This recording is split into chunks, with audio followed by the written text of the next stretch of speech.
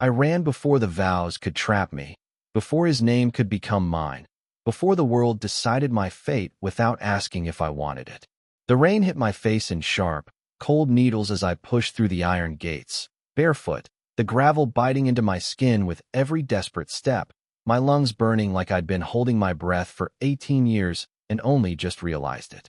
The dress was too heavy, too white, too wrong, clinging to my legs as if even the fabric had chosen his side, and somewhere behind me, I could hear the distant echo of doors opening, calm voices, measured footsteps, not rushed, never rushed, because men like him didn't chase. They knew you would eventually stop running. I didn't look back. I couldn't. Looking back meant acknowledging him, and acknowledging him meant accepting that this was real, that Adrian Voss, whose name people whispered like a warning, was now my husband.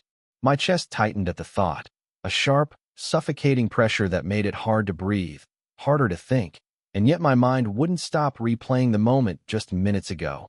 The ring sliding onto my finger, cold and precise, his hand steady while mine trembled, and the way he had leaned just slightly closer, close enough that no one else could hear, his voice low, controlled, almost gentle as he said, "I finally found you again." Again. The word hadn't made sense then. It still didn't.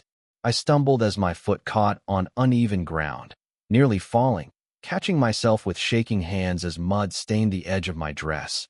And for a second, I just stayed there, crouched, trying to breathe, trying to understand how my life had turned into something that didn't feel like mine anymore. I didn't know him. I had never met him. And yet, he looked at me like he did. That was the part that scared me most. Not the power, not the guards, not even the way my father had avoided my eyes as he signed the papers that handed me over like a solution instead of a daughter. It was the way Adrian looked at me. Not like a stranger, not like a possession, but like something he had been searching for, something he refused to lose again. The wind shifted, carrying with it the faint scent of polished wood and expensive cologne from the mansion behind me, a world I didn't belong to but was now trapped inside, and I forced myself to stand, to keep moving, because stopping meant thinking, and thinking meant remembering the way his fingers had tightened just slightly around mine during the ceremony, not enough to hurt, just enough to anchor, to remind me that no matter how far I ran, there was nowhere I could go that he wouldn't reach. My heartbeat thundered in my ears as I reached the edge of the property, the road stretching out ahead into darkness, freedom just a few more steps away, and for one fragile second, I believed I might actually make it. Then I heard it, a single car door closing behind me, slow, deliberate, followed by footsteps that didn't rush, didn't hesitate, just moved with quiet certainty. I froze, not because I had to, but because something deep inside me already knew.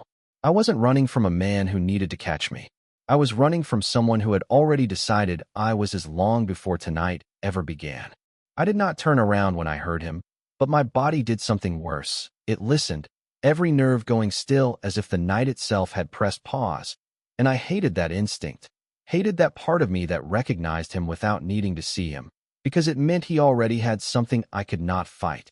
The road ahead stretched empty, a thin ribbon of wet asphalt reflecting the pale glow of distant streetlights. Freedom so close it almost felt like a lie, and I forced my foot forward, then another, even as the sound of his steps followed behind me. Unhurried, measured, the kind of calm that did not belong to someone chasing, but to someone who already owned the ending. Emily. My name in his voice was quiet, not sharp, not commanding, but it stopped me anyway, slicing through the storm like something inevitable, and I closed my eyes for half a second, just long enough to gather what little courage I had left before I turned. He stood several feet away, the rain darkening his suit, his posture still perfect like the weather itself had decided not to touch him, and his eyes, they were not angry, not even surprised, just steady, like he had been expecting this exact moment all along.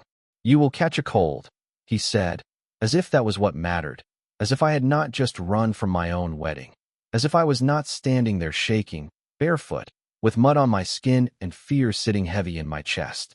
I let out a breath that almost sounded like a laugh. Except there was nothing funny about any of this. "Is that really what you were worried about?" My voice cracked, but I did not look away, not this time, because if I did, I knew I would lose whatever ground I had managed to hold. His gaze softened in a way that made something twist uncomfortably inside me, something unfamiliar and unwelcome, and he took one slow step closer, stopping again like he was careful not to push too far, too fast. "I am worried about many things," he said, his voice still low, still controlled. "But right now, yes." The simplicity of it unsettled me more than anything else he could have said, because it did not match the man everyone described. It did not match the man I had been forced to marry. "I am not going back," I said quickly, the words rushing out before I could second-guess them, and I straightened slightly, ignoring the way my feet stung against the cold ground, ignoring the way my heart would not slow down. "You cannot make me stay." For a moment, he just looked at me, really looked, like he was memorizing something instead of arguing, and then he shook his head once, almost gently. "I am not here to make you stay." The answer hit me wrong, too easy, too calm, and my brows pulled together as I searched his face for the catch, because there had to be one. There was always one. "Then why are you here?" I asked, my voice quieter now, the storm around us suddenly feeling too loud, too close, like it was waiting for something to break. He glanced past me, toward the empty road, then back at me, and for the first time since I had seen him, something flickered beneath that control, something darker, not threatening, but protective in a way that did not make sense. "Because you think you are running away," he said, each word deliberate, careful, "but you are actually running into something far worse." The air between us shifted, heavy with meaning I did not understand, and my stomach tightened as a chill that had nothing to do with the rain slid down my spine. "I do not believe you," I said, but the certainty was not there, not completely, and I hated that too. Hated that doubt had already found its way in. He did not argue. He did not step closer again. He just held my gaze with that same quiet intensity and said, "You do not have to believe me tonight." A pause, just long enough for my heartbeat to echo in my ears. "But you will remember that I told you the truth." And somehow, standing there in the middle of the road with nowhere left to run, I realized the most terrifying part was not that he could force me back. It was that a small, dangerous part of me was beginning to wonder if he already had a reason to. The rain did not stop, but something inside me did, like the moment right before a storm breaks or a decision settles into your bones whether you want it to or not. And I hated how still I felt standing there in front of him, like my body had already chosen before my mind could catch up. I wrapped my arms around myself, not because I was cold, but because I needed something to hold on to, something that was mine, something he could not take just by looking at me the way he did. "You talk like you know what is out there," I said, forcing my voice to stay steady even though my thoughts were anything but, "like you know something I do not." His expression did not change much, but there was a shift, subtle, almost invisible, like a shadow moving behind glass, and it made my stomach tighten in a way I could not explain. "I do," he said simply, and that should have sounded arrogant, controlling, everything I had been warned about, but it did not. It sounded certain, and certainty was harder to fight than anger. I shook my head, taking a step back, then another, creating distance because I needed it, because being this close to him made everything feel too intense, too real. "You do not get to decide what is better for me," I added, more firmly this time, clinging to the words like they could anchor me in place. For a second, something almost like regret crossed his face, gone so quickly I was not sure I had really seen it. And then he exhaled slowly, like he was choosing his next words with care. "No," he said, "I do not get to decide." Another step closer, not enough to corner me, just enough to remind me he was still there, still present, still impossible to ignore. "But I do get to stop you from walking into something you do not understand." The way he said it made my pulse pick up again, not from fear exactly, but from the weight behind his voice, like there was more he was not saying, more he was holding back, and I could feel it pressing against the edges of the moment. "Then explain it." I shot back, frustration breaking through now, sharp and immediate. "Tell me what is so dangerous about a road that has been here longer than you or me." His gaze flicked down the empty stretch of asphalt, then back to me, and this time there was no hesitation. "It is not the road," he said quietly. "It is who is watching it." The words landed harder than they should have, sending a chill through me that had nothing to do with the rain, and instinctively, I glanced over my shoulder, scanning the darkness, the distant lights, the quiet that suddenly did not feel so empty anymore. There was nothing there, nothing I could see. And yet, the feeling lingered, that strange, prickling awareness at the back of my neck, like being observed without proof. I turned back to him quickly, my breath catching just slightly. You were trying to scare me. It came out weaker than I intended, and I hated that too. Hated how easily he could shift the ground beneath my feet without even raising his voice. He did not deny it. He did not confirm it either. He just studied me again, that same focused attention, like I was a puzzle he had already solved but was still choosing how to explain. If I wanted to scare you, he said after a moment, I would not be standing this far away. My heart skipped at that, not because of what he implied, but because of how calm he remained while saying it, like fear was just another tool he could choose to use or not. Silence stretched between us, heavy, waiting, and for the first time since I ran, I realized I was not just standing on a road. I was standing in the middle of something much larger, something I could not see yet, but was already pulling me in. I swallowed, my throat tight, my thoughts racing, and for the first time, the idea of going back did not feel like losing. It felt like stepping into something I might finally understand. And that realization scared me more than anything he had said.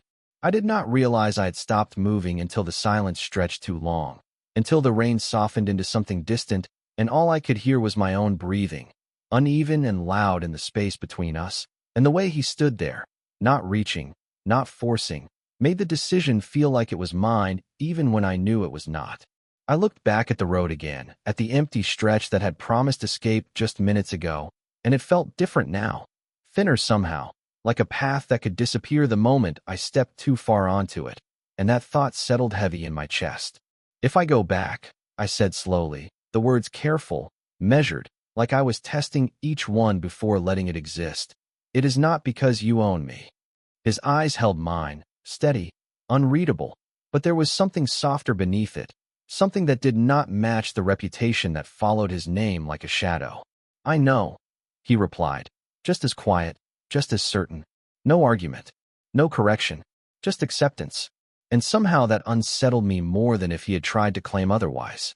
I swallowed, forcing my shoulders to straighten, forcing myself to turn fully toward him instead of half away, because if I was going to walk back, I needed to do it on my terms, even if those terms were fragile at best. Then do not treat me like I am something you can lock away, I added, the edge returning to my voice, the part of me that refused to disappear completely. A faint pause followed, barely noticeable, but enough that I caught it, enough that I saw the shift in his expression again, something thoughtful, something restrained. I have never locked you away, he said, and there was a quiet weight behind the words that made my chest tighten without permission. I built walls so no one else could reach you. The sentence landed differently than anything else he had said, not controlling, not demanding, but protective in a way that felt too big, too intense, like it had existed long before tonight, long before I even knew his name. I shook my head slightly, trying to push that feeling away, trying to hold on to something solid. You do not even know me, I whispered, more to myself than to him, because that was the truth I needed to believe. That this was all coincidence. That this was all just power and circumstance, not something deeper, not something that would make this harder to escape. But he did not look uncertain. He did not hesitate. I know enough, he said, and for the first time, there was something in his voice that felt almost like memory instead of observation. My breath caught, just slightly, and I hated how quickly my mind went back to that moment during the ceremony. The way he had said again like it meant something real. I looked down at my hand, at the ring that still sat there, unfamiliar and too heavy for something so small, the metal catching what little light the storm allowed, and I felt a strange pull in my chest, not acceptance, not yet, but something that was no longer pure rejection. The wind shifted again, colder now, and without thinking, I wrapped my arms tighter around myself, a small movement that did not go unnoticed. He stepped closer then, just one step, slow enough that I could have moved away if I wanted to, but I did not, and that realization settled quietly between us. He slipped his jacket from his shoulders and held it out, not forcing, just offering. The gesture simple, almost ordinary, but it carried a weight I could not ignore. I hesitated for a second, then took it, because refusing would have been a lie, because I was cold, because I was tired, because something inside me was starting to understand that walking away was not as simple as I had thought. The fabric was warm, heavier than I expected, carrying a faint scent. That was distinctly his, clean and unfamiliar and grounding in a way that made my chest tighten again. "We should go," he said after a moment. Not a command, just a quiet suggestion, and this time, I did not argue. I turned back toward the gates, toward the place I had just tried to escape, and as I took the first step forward, I realized the difference was not where I was going. It was that now, I was walking beside him instead of running from him, and somehow, that felt like the beginning of something I did not yet understand but could no longer ignore. The gates opened before we reached them, slow and silent, like they had been waiting, like everything here moved on a rhythm I had not learned yet, and I felt it again, that strange shift inside me, the realization that nothing about this place was accidental, not even my return. Gravel crunched softly beneath our steps as we walked side by side, not touching, not speaking, the distance between us small but deliberate, and I was hyper-aware of it, of him, of the way the air seemed to settle differently when he was near, heavier, steadier, like the world adjusted around his presence instead of the other way around. I kept my eyes forward, on the long driveway stretching ahead, lined with dim lights that cast soft shadows across the wet ground, each one reflecting off the puddles like fragments of something broken and reassembled, and I told myself to focus on that, on anything that was not the quiet weight of his attention beside me. "You do not have to walk so carefully," he said after a moment, his voice cutting gently through the silence, and I realized then that I had been stepping lightly, cautiously, like I expected the ground to shift beneath me if I moved too fast. I frowned slightly, not looking at him. "I am not careful," I replied, even though we both knew it was not true. A faint exhale left him, not quite a laugh, not quite anything I could define, and it made something tighten in my chest again, that same unfamiliar reaction I could not seem to control. "You are," he said simply, not arguing, just stating it like fact, and I hated how easily he could read me, how little effort it seemed to take. We reached the entrance, the massive doors already open, warm lights spilling out into the night, inviting and intimidating all at once, and I hesitated just slightly before stepping inside. The shift from cold rain to quiet warmth almost disorienting. The space felt too large, too polished, too controlled, every detail in place like it had been designed to leave no room for chaos, and I suddenly became aware of how out of place I must look, barefoot, soaked, wrapped in a jacket that did not belong to me. "You can go upstairs," he said, his tone softer now, less guarded, like the walls around us had changed something in him, or maybe just revealed something that had always been there. "There is a room prepared." Prepared. The word lingered in my mind longer than it should have, and I turned to face him fully for the first time since we started walking back, studying his expression, searching for something real, something I could hold on to that made sense. "Prepared for how long?" I asked quietly, and the question seemed to land heavier than I intended, because for a brief moment, he did not answer. His gaze shifted, not away from me, but deeper, like he was considering something he had not planned to say. And then he spoke, his voice lower than before. "Long enough," he said.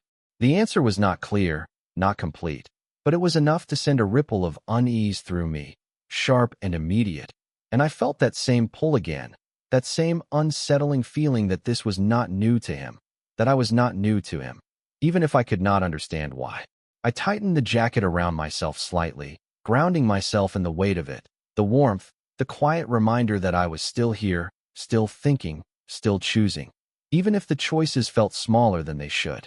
"I am not staying in your room," I added quickly, the words instinctive, defensive, and something flickered in his expression again, brief but unmistakable.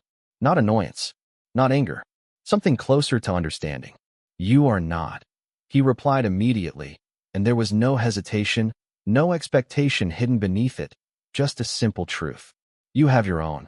That should have eased something in me, but instead it left me more unsettled, because it meant he had already thought about this, already planned it, already made space for me in a way that felt too intentional to ignore.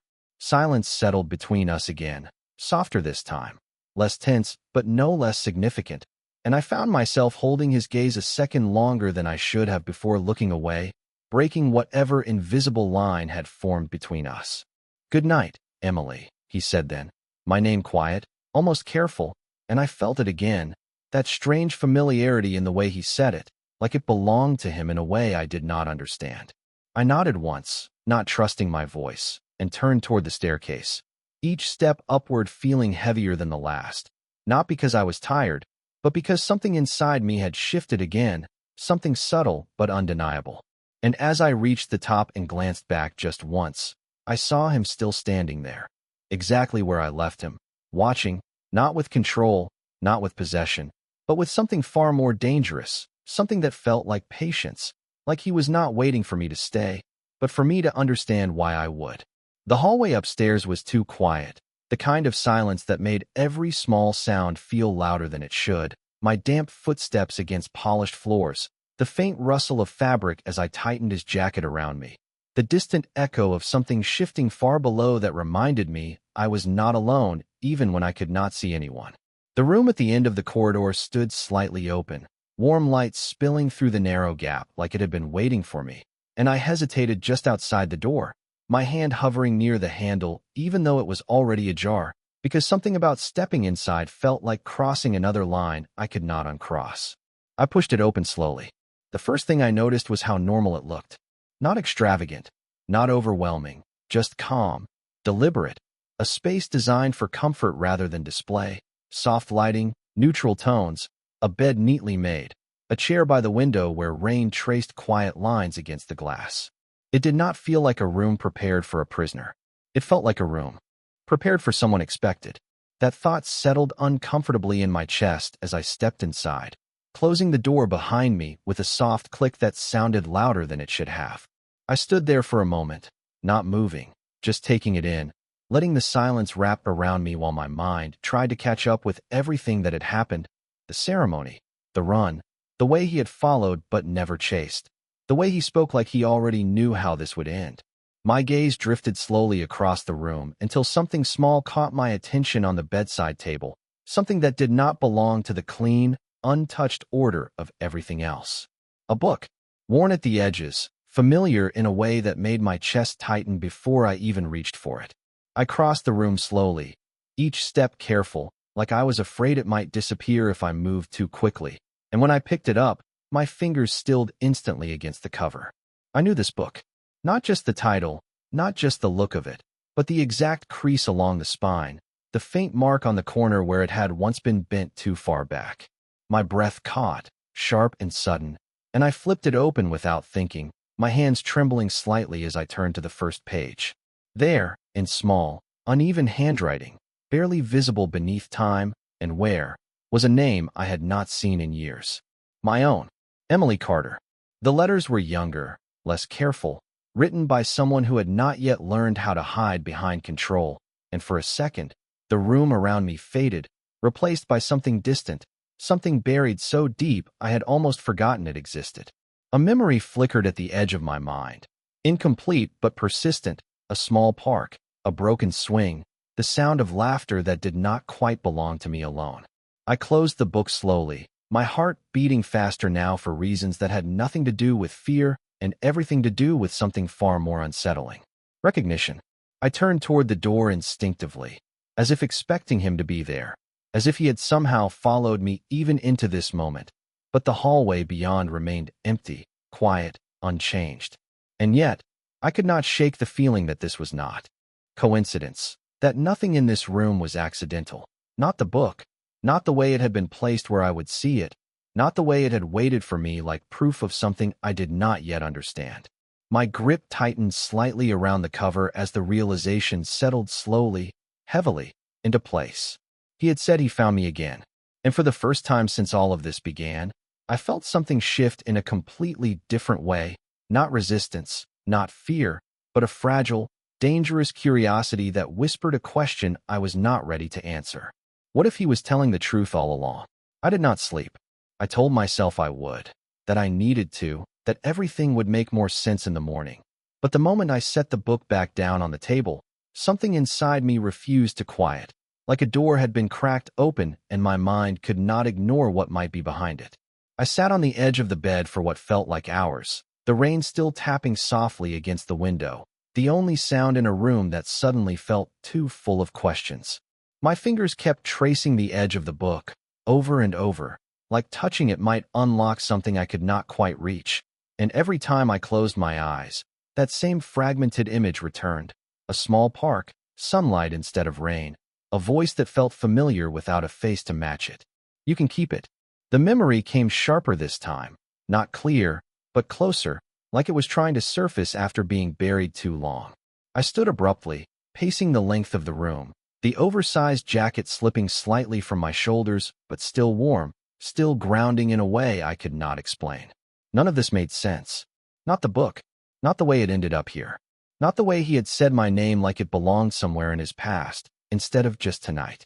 I stopped near the window, staring out into the dark grounds below, the faint outlines of security lights cutting through the night, and I felt it again, that strange awareness, like I was being watched, not in a threatening way, but in a way that felt constant, like someone had been paying attention to me for far longer. Then I realized. I shook my head slightly, trying to push the thought away, trying to hold on to something logical, something I could explain, but it slipped through my fingers every time I got close. The door opened without a knock. I turned instantly, my heart jumping before I could stop it, and there he was, standing just inside the doorway, not crossing the threshold, not invading the space, just present in it.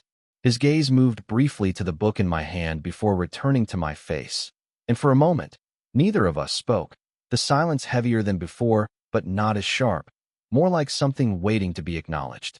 "You found it," he said quietly, and there was no surprise in his voice, no question, just confirmation, like he had expected this exact moment to happen. I tightened my grip slightly, my pulse quickening again, but this time it was not fear pushing it forward. It was something else, something closer to understanding that I did not want to admit yet. "Why is this here?" I asked, my voice steady even though everything else felt anything but. His eyes softened, just barely, and he took a slow step forward, still keeping distance, still respecting the line I had not asked him to draw. "Because it was yours," he answered, simple, direct, and somehow that made it harder to dismiss. I shook my head, taking a step back instinctively, my thoughts racing. "I have never been here before," I said, and the words sounded weak even as I spoke them, like I was trying to convince myself more than him. "No," he agreed softly, and that should have ended it, but it did not. "But you were there." The words hung between us, heavy, deliberate, and something inside me shifted sharply. That same memory pressing closer now, stronger, a boy sitting alone, quiet, watching the world like he did not belong in it, and a girl who did not ask questions, who just sat beside him anyway. My breath caught as the pieces tried to connect, not fully, not clearly, but enough to make my chest tighten in a way that had nothing to do with fear. I looked at him again, really looked this time, past the control, past the composure, searching for something I had missed before, and for the first time I saw it. Not the man everyone feared, not the man who stood in front of me now, but something beneath that, something younger, something that had been waiting longer than I could understand. "You knew me," I whispered, the realization fragile but undeniable as it settled into place. His expression did not change much, but his eyes did, something deeper surfacing, something that made everything else fade for just a second. "I never forgot you," he said quietly. And somehow, that was the moment everything shifted, not because I fully understood it, but because I realized this was not the beginning of something new. It was the continuation of something I had never known existed. The words settled into the room like something fragile that could break if either of us moved too quickly, and I felt it in my chest, that strange pull tightening, not painful, but impossible to ignore, like a thread I had never noticed was now being pulled from somewhere deep inside me. I swallowed, my fingers still wrapped around the book as if letting go would mean losing whatever connection it represented, and I searched his face again, this time not for answers, but for truth. "Then why now?" I asked quietly, the question heavier than anything I had said before, because it was no longer about escaping or resisting, it was about understanding. His gaze did not waver, but something in it shifted, something more guarded this time, like I had stepped too close to something he was not ready to reveal all at once. "Because now they can find you," he said, and the simplicity of it sent a cold ripple through me that had nothing to do with the rain outside. I frowned slightly, confusion and unease tangling together. Who? The word came out softer than I intended, like part of me already knew the answer would not make anything easier. He did not look away, did not soften the truth or dress it in something easier to accept. People who know what you mean to me, he replied, and for a second, I forgot how to breathe. Not because of fear exactly, but because of the weight behind those words, the way they carried something deeper than protection, something personal, something that had existed long before tonight. I shook my head instinctively, trying to push back against it, trying to find something logical to hold on to. I do not mean anything to you, I said, but even as I spoke, it felt wrong, like I was denying something I had not fully seen yet. His expression did not harden, did not react the way I expected. Instead, he stepped slightly closer, still careful, still controlled, but closer than before, enough that I could see the faint tension in his jaw, the restraint in the way he held himself. You meant something to me before you even knew my name, he said quietly, and the room seemed to shift around those words, the air heavier, the silence deeper. My heart raced, not from fear, but from something else, something that felt dangerously close to recognition, like standing at the edge of a memory that refused to fully surface. That does not explain this, I whispered, gesturing slightly, not just to the room, but to everything, the marriage, the control, the way my life had been pulled into his without warning. It explains more than you think, he replied, and there was something in his voice now, something closer to truth than anything else he had said, something that made it impossible to dismiss him completely. I took a small step back, not to escape, but to think, to breathe, to create space between what I felt and what I understood. You could have told me, I said, and the words came out quieter this time, less accusation, more realization. You could have found me without forcing this. For the first time, he looked away, just for a second, and that small break in his composure told me more than anything else could have. If I had approached you as a stranger, he said slowly, choosing each word with care, you would have walked away. He looked back at me then, his gaze steady again, but this time there was something else beneath it, something honest, something that did not hide behind control. And I would not risk losing you a second time. The words landed differently than I expected, not heavy, not suffocating, but certain, like a truth he had accepted long before I ever had the chance to question it. Silence filled the space again, but it was no longer sharp or tense. It was something quieter, something that felt like the beginning of understanding rather than the absence of it. I looked down at the book in my hands, at my name written in a younger version of myself, and for the first time, I did not feel like I was holding proof of something impossible. I felt like I was holding a piece of something unfinished. I lifted my gaze back to him slowly, my thoughts still tangled but shifting, changing, opening in ways I could not stop. So you built all of this, I said, my voice softer now, not resisting, just trying to follow the truth as it unfolded. Because you thought I would not choose you. He did not hesitate this time. No, he said quietly, because I knew you would not be given the chance to choose at all. And in that moment, standing in a room that no longer felt like a cage, but not quite like safety either, I realized the most dangerous part was not that he had forced me into his world. It was that I was starting to see why he had. The room felt smaller after that, not because anything had changed, but because I had, like the walls had moved closer to match the weight of everything I was starting to understand, and I stood there holding that book like it was the only thing keeping me grounded while everything else shifted beneath my feet. I looked at him differently now, not as a stranger who had taken control of my life, but as someone who had been standing somewhere in the background of it for far longer than I realized. Someone who had watched, waited, and decided long before I ever had the chance to question it. So this was never about control, I said slowly, the words forming carefully, like I was piecing together something fragile that could break if I moved too fast. It was about timing. He did not answer right away, and that silence told me more than anything else could have, because it was not hesitation, it was confirmation, the kind that did not need to be spoken out loud. I exhaled quietly, my grip on the book loosening just slightly as my thoughts continued to shift, rearranging themselves into something that made sense even if I did not want it to. You waited, I added, my voice softer now, less defensive, more certain, and his gaze held mine with that same steady intensity, the same quiet patience that had followed him from the moment I first saw him tonight. "Yes," he said simply. No justification, no explanation, just truth. I nodded once, more to myself than to him, because I could feel it now, that thread pulling tighter, connecting pieces I had not even known were missing.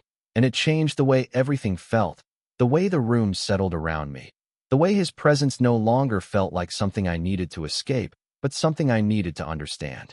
I set the book back down slowly, carefully, like it mattered where it rested, like it had always belonged there waiting for me to find it again, and I took a small step toward him, not close enough to erase the space between us, but close enough to acknowledge that it was no longer something I needed to protect so fiercely.